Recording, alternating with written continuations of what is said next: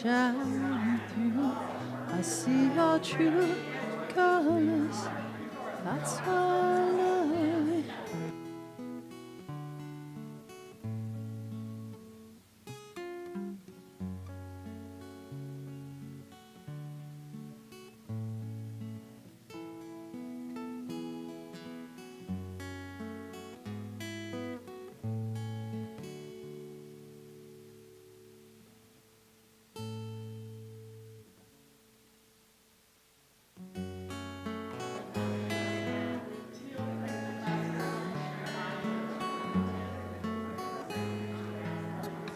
Am I on?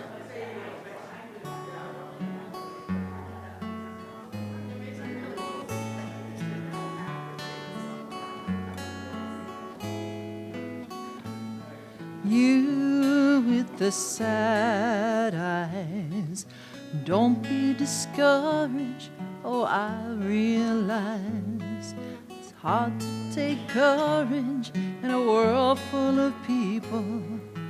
You can lose sight of it all. Darkness inside you can make you feel so small. I see your true colors shining through. I see your true colors. That's why I love you. Don't be afraid to let them show your true colors. Your true colors are beautiful, like the rainbow.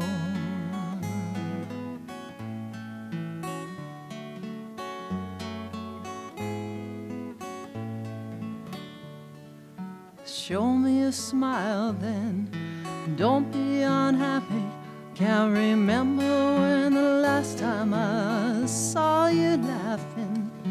If this world makes you crazy, taking all you can bear, just call me up, 'cause I'll always be there. I see your true colors shining through. I see your true colors. That's why I love you. So don't be afraid to let them show your true colors. Your true colors are beautiful, like the rainbow. I see your true colors shining through. I see your true colors. That's why I love you. So don't be afraid to let them show your true colors. Your true colors are beautiful, like the rainbow.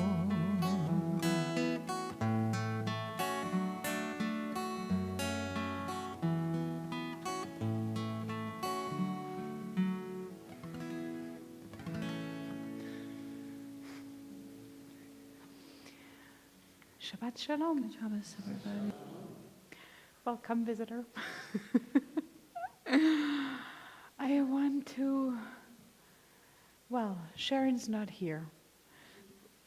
She went home. Oh, all right. Okay. So I want to invite all of us. Let's just take a breath. All right. I don't know what you did today. Some people just drove through a fence. Sometimes we arrive at Shabbat in quiet and gathered ways, and sometimes we drive towards Shabbat through a fence. And however we arrived here, now we're here. And I want to welcome our two guests. Would you remind me of your name again? Mia. Wonderful meeting you. So, welcome Mia, and also welcome Larry, who flew all the way from New York City to be with us this Shabbat.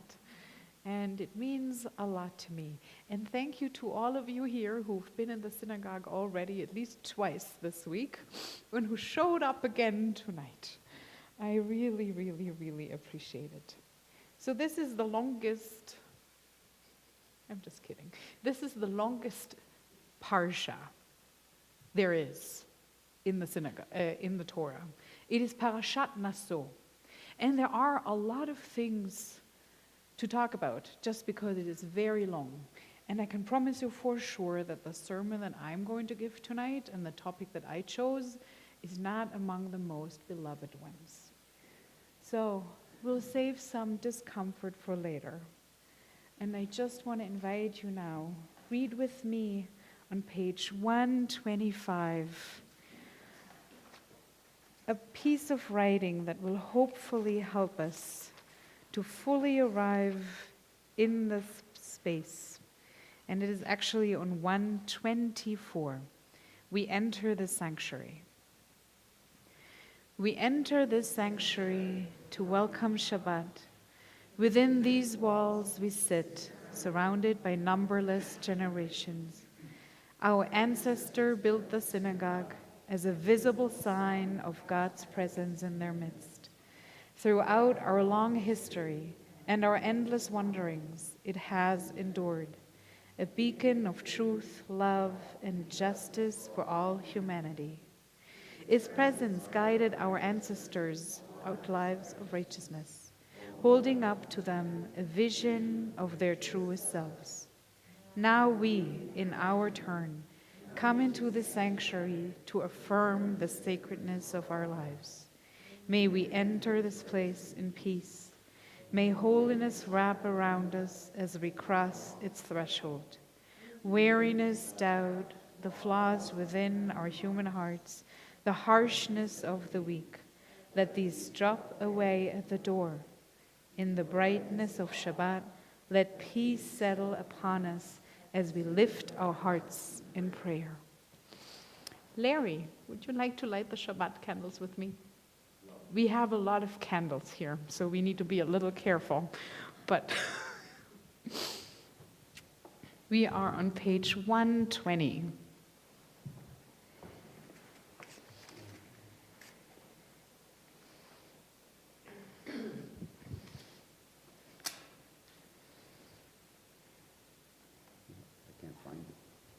Oh, don't worry. That is what always happens.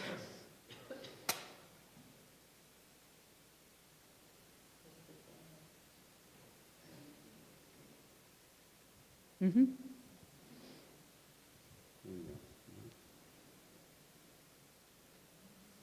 We have enough matches.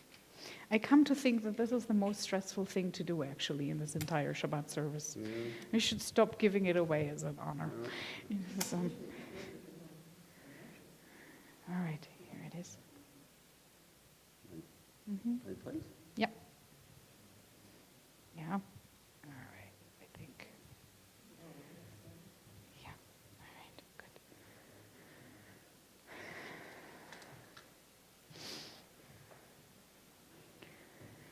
Baruch atah Adonai, Eloheinu melech haolam, asher kiddushanu mitzvotav v'tzivanu lehadlik ner shel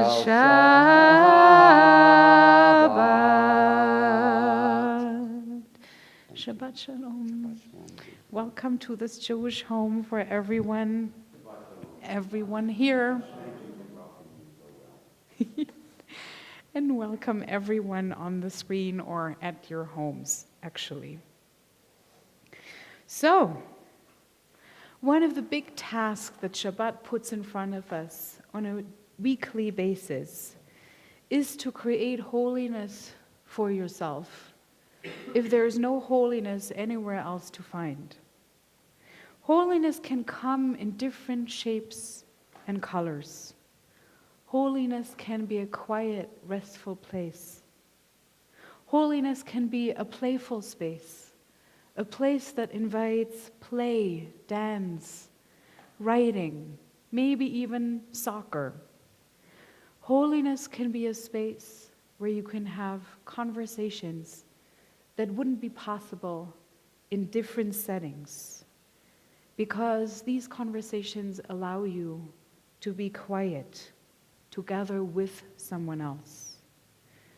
And holiness can look like spaces in which you find community of the kind that you wouldn't find outside of these walls.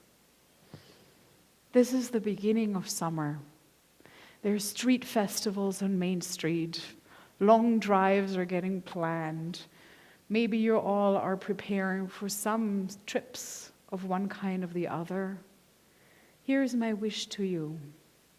May you be able to create on all of your travels spaces that feel holy and quiet within you, but also outside of you. And I want to invite you to just use the next verses of Psalms and songs to figure out a little what might these spaces look like for you this summer. Which are the places this summer that you're building for yourself to ensure that there is rest and play and connection and community. Page 136, Psalm 29. Shabbat is entering peacefully, softly, gently. Mizmor leDavid, havu l'Adonai b'nei Elim, havu l'Adonai, kavod va'oznai, havu l'Adonai, kevod shemo ishtachavu l'Adonai, behadrat kodesh, kol Adonai al hamayim el hakavod hirim. Adonai al mayim rabim, kol Adonai ba'koach, nay, nay, nay, kol Adonai.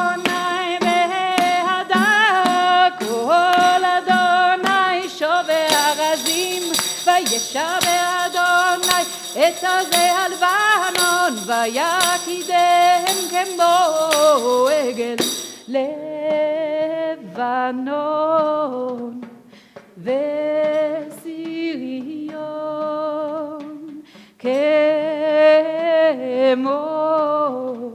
כמו בן רמים נאי נאי נאי כל אדוני חצב לבודש כל אדוני יכיל מדבר יכיל אדוני מדבר הקודש כל אדוני יכול להיילות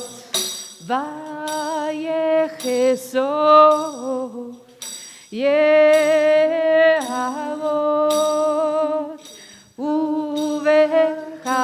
ובחלום כולו מרכבו נאי נאי נאי אדוני על המבול ישב וישב אדוני מלך לעולם אדוני עוד לעמו ייתן אדוני יברך את עמו בשלום יאי יאי יאי נאי יאי נאי נאי נאי יאי נאי נאי נאי נאי יאי נאי נאי נאי נאי נאי נאי נאי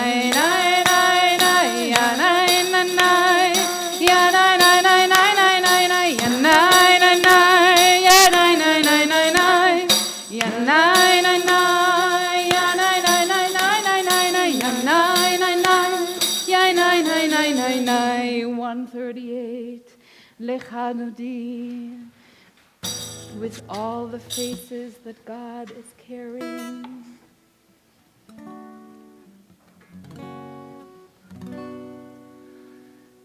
Lechanudi likat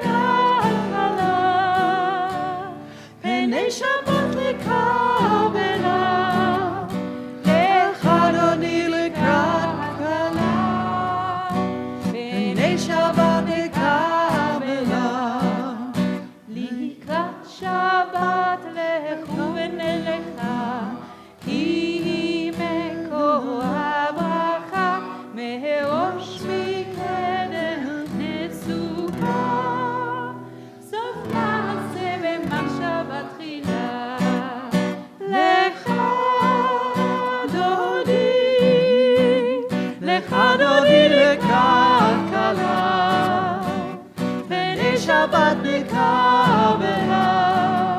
Lecha dodi lekrat kala, b'nei Shabbat nekabela. Verse 5, Hitoreri, hitoreri, ki va'orech kumi hori, uri, uri, shildaberi, kevod Adonai alaich nigla. Lecha dodi likrat kala, b'nei Shabbat nekabela. Lecha dodi likrat kala, b'nei Shabbat nekabela. Boi ושלום עטרת בעלה, גם בשמחה ובצהלה, תוך אמוני ים סגולה. בואי כלה, בואי כלה, לך דודי, לך דודי לקראת כלה, ב'nei Shabbat nekabela. Lecha dodi likrat kala, b'nei Shabbat nekabela. Please be seated. 140. Tov lehodot l'Adonai.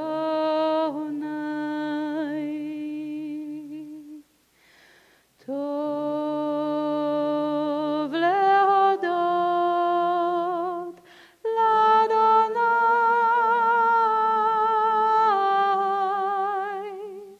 ulzamer,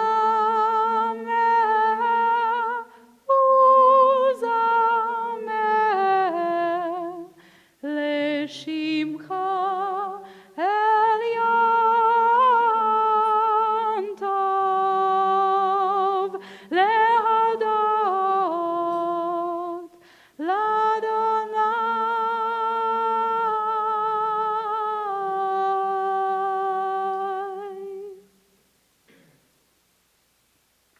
And I hope you found it, a little space of holiness and quiet. A couple of verses. Mr. Cody, can you give me a Torah? Thank you. A couple of verses in this very, very, very long parsha dealing with a ritual of which it is entirely, thank you so much, entirely unclear whether it was ever performed in Jewish history. It seems like it was maybe performed in other cultures because it comes with a lot of very odd details that you couldn't really make up if you hadn't seen it somewhere else. But we have no description of this ritual ever taken place in real life. And that is the ritual of Sota, a ritual that is performed with, and I want to emphasize with, as an object that is moved around, with a wife who is suspiciously behaving, at least to her husband. But before we even get to there, this parsha, Parashat Naso, is opening with two seemingly completely unrelated topics. And the first one is some section of kashrut and disease control. And then there is a section about what to do with people who got in touch with corpses. So you're wondering a little, what is the connection between, you know what, I'm wondering a little if I'm looking at the wrong, yes, I'm looking at an old outline that Mr. Cody printed, which is great, but does not contain the entire sermon. Okay, now we're better. What does this ritual have to do with any of the topics before? And before I'm going to give you my theory about this, I want to read to you just those verses that describe the ritual as it is taken place in the book of Numbers, chapter 5.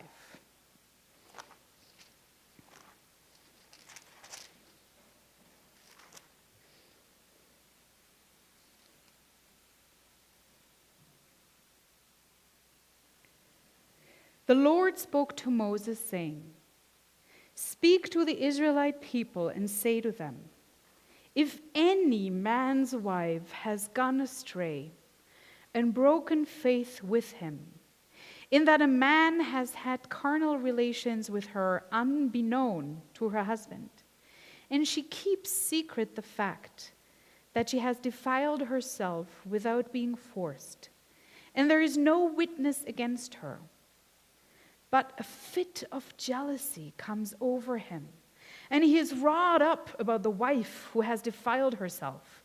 Or if a fit of jealousies comes over one, and he is wrought up about his wife, although he has not defiled herself, the man shall bring his wife to the priest, and he shall bring as an offering for her 1/10 of an ephah of barley flour. No oil shall be poured upon it, and no frankincense shall be laid on it, for it is a meal offering of jealousy, a meal offering of remembrance, which recalls wrongdoing. The priest shall bring her forward and have her stand before the Lord. The priest shall take sacred water in an earthen vessel, and taking some of the earth that is on the floor of the tabernacle, the priest shall put it into the water. And after he has made the woman stand before the Lord, the priest shall bear the woman's head and place upon her hands the meal offering of remembrance, which is a meal offering of jealousy. And in the priest's hands shall be the water of bitterness that induces the spell. The priest shall adjure the woman, saying to her, if no man has lain with you, if you have not gone astray in defilement while married to your husband, be immune to harm from this water of bitterness that induces the spell. But if you have gone astray while married to your husband and have defiled yourself, if a man other than your husband has had carnal relations with you, here the priest shall administer the curse of adjuration to the woman, as the priest goes on to say to the woman, may the Lord make you a curse, an imprecation among your people, as the Lord causes your thigh to sag and your belly to distend. May this water that induces the spell enter your body, causing your belly to distend and the thigh to sag. And the woman shall say, Amen, Amen. The priest shall put these curses down in writing and rub it off into the water of bitterness. He is to make the woman drink the water of bitterness that induces the spell, so that the spell-inducing water may enter into her to bring on bitterness. Then the priest shall take from the woman's hand the meal offering of jealousy, wave the meal offering before the Lord, and present it on the altar. The priest shall scoop out of the meal offering a token part of it and turn it into smoke on the altar. And lastly, he shall make the woman drink the water. Once he has made her drink the water, if she has defiled herself by breaking faith with her husband, the spell-inducing water shall enter into her to bring on bitterness, so that her belly shall distend and her thighs shall sag, and the woman shall become a curse among her people. But if the woman has not defiled herself and is pure, she shall be unharmed and able to retain seed. This is the ritual in case of jealousy, when a woman goes astray while married to her husband and defiled herself, or when a fit of jealousy comes over a man and he is wrought up over his wife. The woman shall be made to stand before the Lord, and the priest shall carry out all this ritual with her. The man shall be clear of guilt, but the woman shall suffer for her guilt. This is it. It is never mentioned before. It is never mentioned afterwards. Sorry, Gaia, I should have given you a heads up. This is unpleasant stuff. It is very, very much unpleasant stuff. Very few people like to talk about it. A lot of people who read this text apply 3 different strategies to it. You can skip it. You can read it and express disdain and discomfort. You can try to make meaning, positive meaning, out of this text. Today, I'm not going to try any of these, but I want to direct our attention to the meaning of this ritual, following guidances on how to deal with infectious diseases and how to deal with the impurity of corpses. Because I think it is there for a reason. It is there to control. When it comes to diseases, the Israelites in the Bible will ask people who show signs of an infection to separate themselves from the community. The disease will be stopped from spreading. When it comes to being in touch with death and corpses, the Israelites are asked to keep certain waiting periods before they can approach the holiest of holies again. That is all in place because the priests and the editors of the Bible were interested in maintaining social control and structures. They didn't want chaos to take over. And for the very same thing, they claim ownership and control over another part of their property, and that is their wives.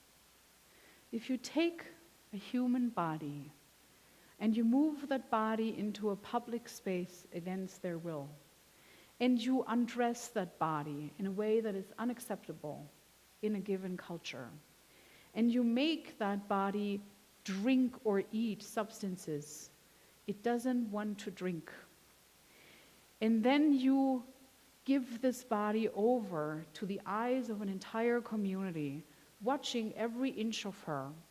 Will her belly be bloated? Will her hair fall out? Will she lose it entirely and start screaming and crying?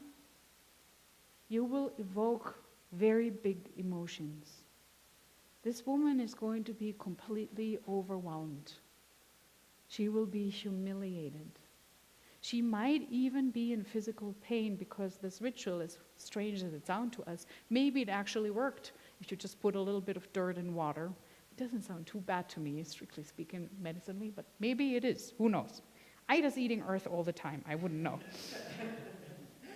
It is, at least on a psychological level, a deeply, deeply traumatizing experience. And I think the author of this ritual hoped for one thing, that just by describing this ritual, just by putting this description out there, it would keep people from cheating. I learned a really amusing fact about this ritual. It was officially abolished in the 1st century. It's not entirely clear if it was abolished or if it was just acknowledged that it was abolished a long time ago, but it was abolished by Rabbi Yochanan ben Zakkai with one really interesting reason. The reason had nothing to do with feminism, and it had nothing to do with the fact that the temple disappeared. The fact had something to do with the fact that he abolished this ritual had something to do with another fact, and that is just, it didn't keep people from cheating. There was way too much cheating. They realized that this would go completely out of hand if they would really try to drag every woman who was suspected,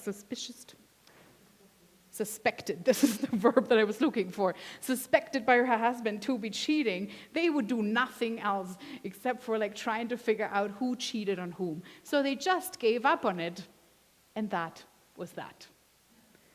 So what do you do with this? It's an interesting thing. It reminded me a lot about all the discourse that we are entering today when it comes to polyamorous relationships and the entire conversation about her body, her choice.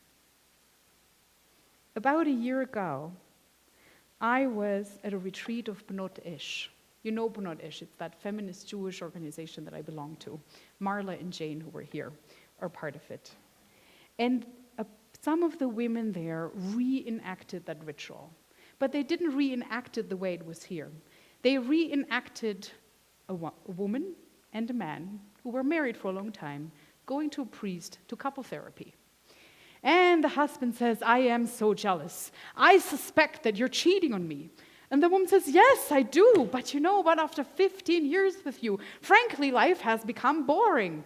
I don't want to be in this relationship anymore. I want to have different experiences. I demand freedom. And the husband says, but what am I supposed to do in all of this? While you have freedom and you run around and you spend time with other people, where am I? And she says, well, you got to figure this out, don't you? Because I'm just going to go ahead and do what I want, because my body, my choice. And then the husband said, but I need you. You are my partner. And the wife says, well, maybe we can be partners without you trying to tell me what to do. It was at times funny to think what happens if we really, really, really were to internalize this new paradigm that it really isn't my body, my choice at all.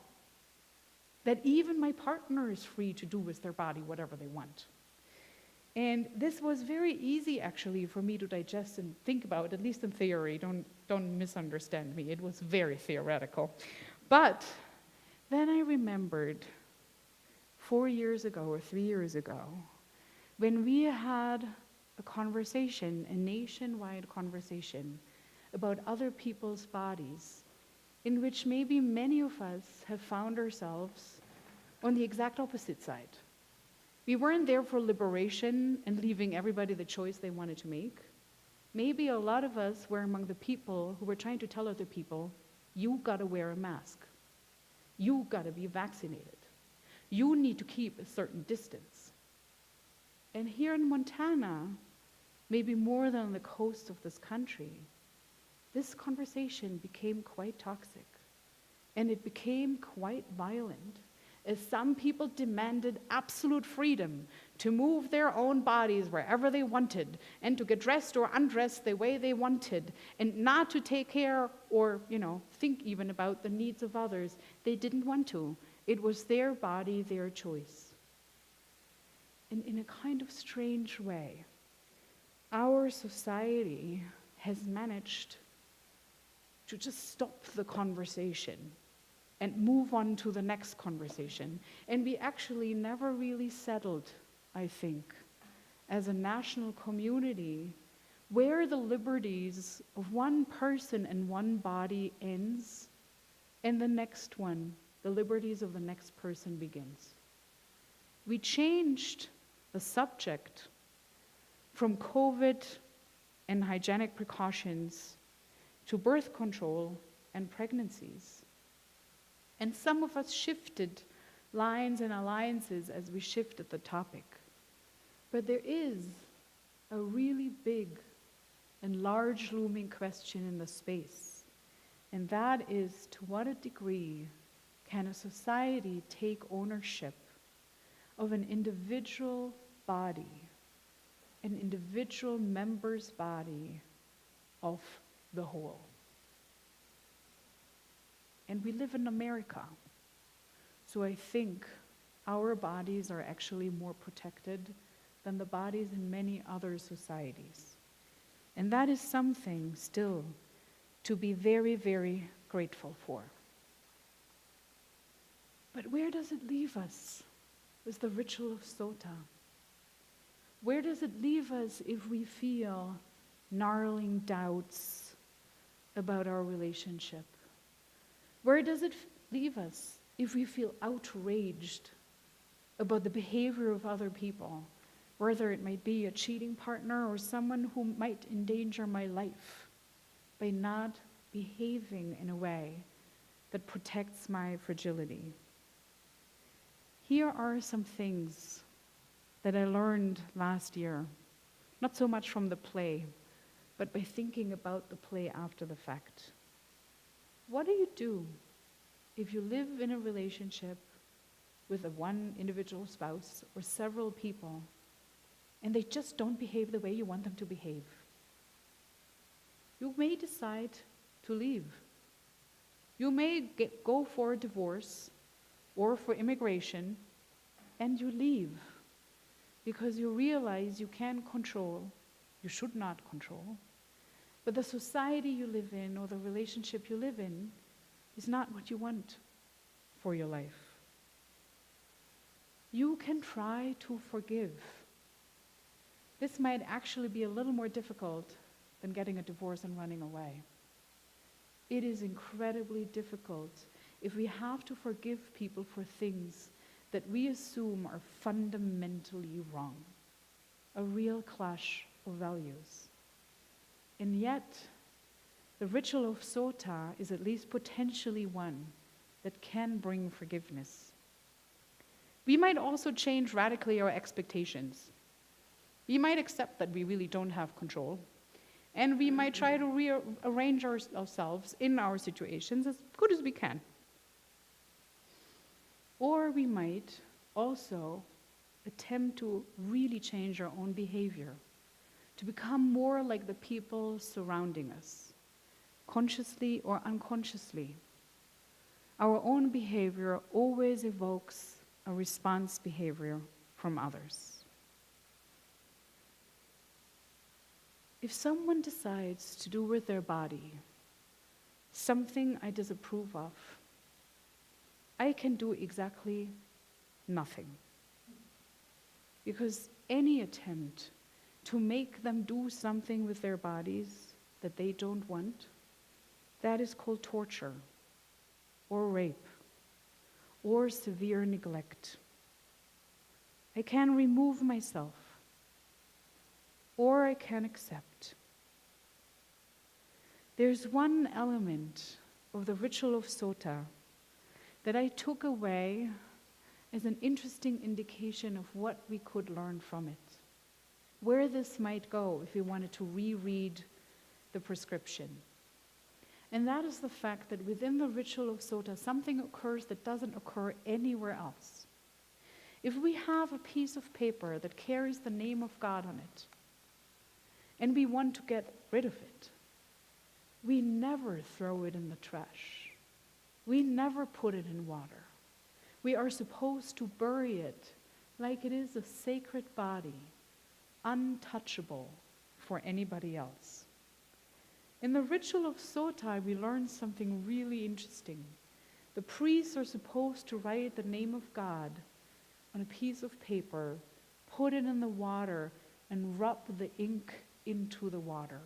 So the water doesn't only carry bitterness, it also contains itself the 4 letters that comprise the name of God. I find it really interesting. I like to think that God, God's self, in this moment, was willing to bend the rules that apply to any other given situation. And that is the rule to not use my name. God's name was used in this ritual, maybe to mend the bitterness. God's name was used to lead to something we call Shalom, the peace between 2 partners. It in essence says there are some situations where people are so embittered, so angry about each other, that these situations justify to do something you would never do in any other situation, to bend your deepest principles in order to lead to peace. So I am wondering, and I'm going to end with this question, and I'm sorry it was very, very long. I'm wondering, what does it look like if we enter situations of conflict, when we feel like we want to exert control with this attitude? I am ready to bend all rules. I am ready to bend myself. I am ready to let go of many things I thought were ultimately true and holy, so that there can be peace and understanding and connection in this world. Shabbat Shalom. Please rise if you're able. Page 46. Thank you. 146 this is.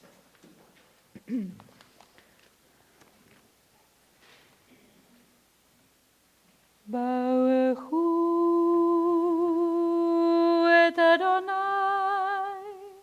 HaMevorach.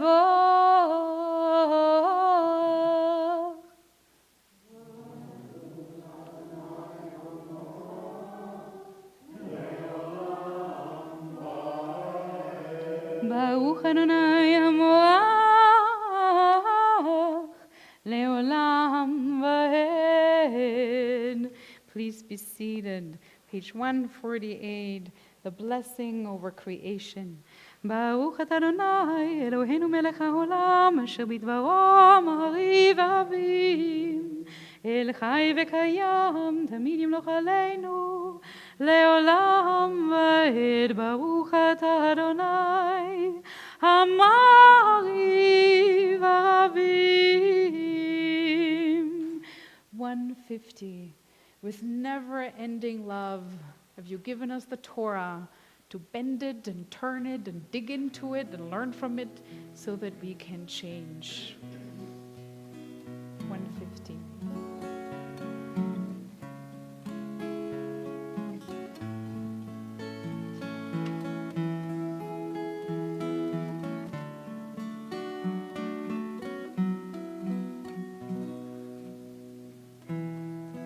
Ahavat Olam Beit Yisrael Am Ha'ahavta Torah u'mitzvot Chukim u'mishpatim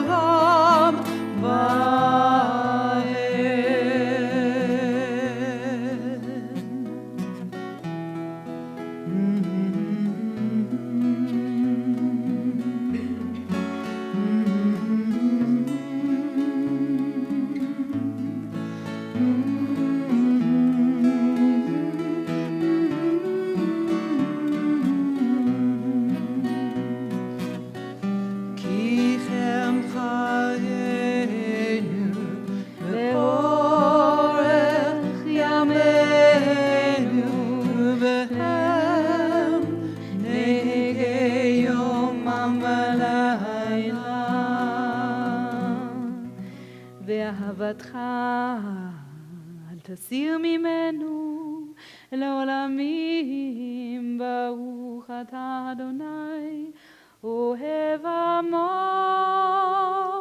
ישראל.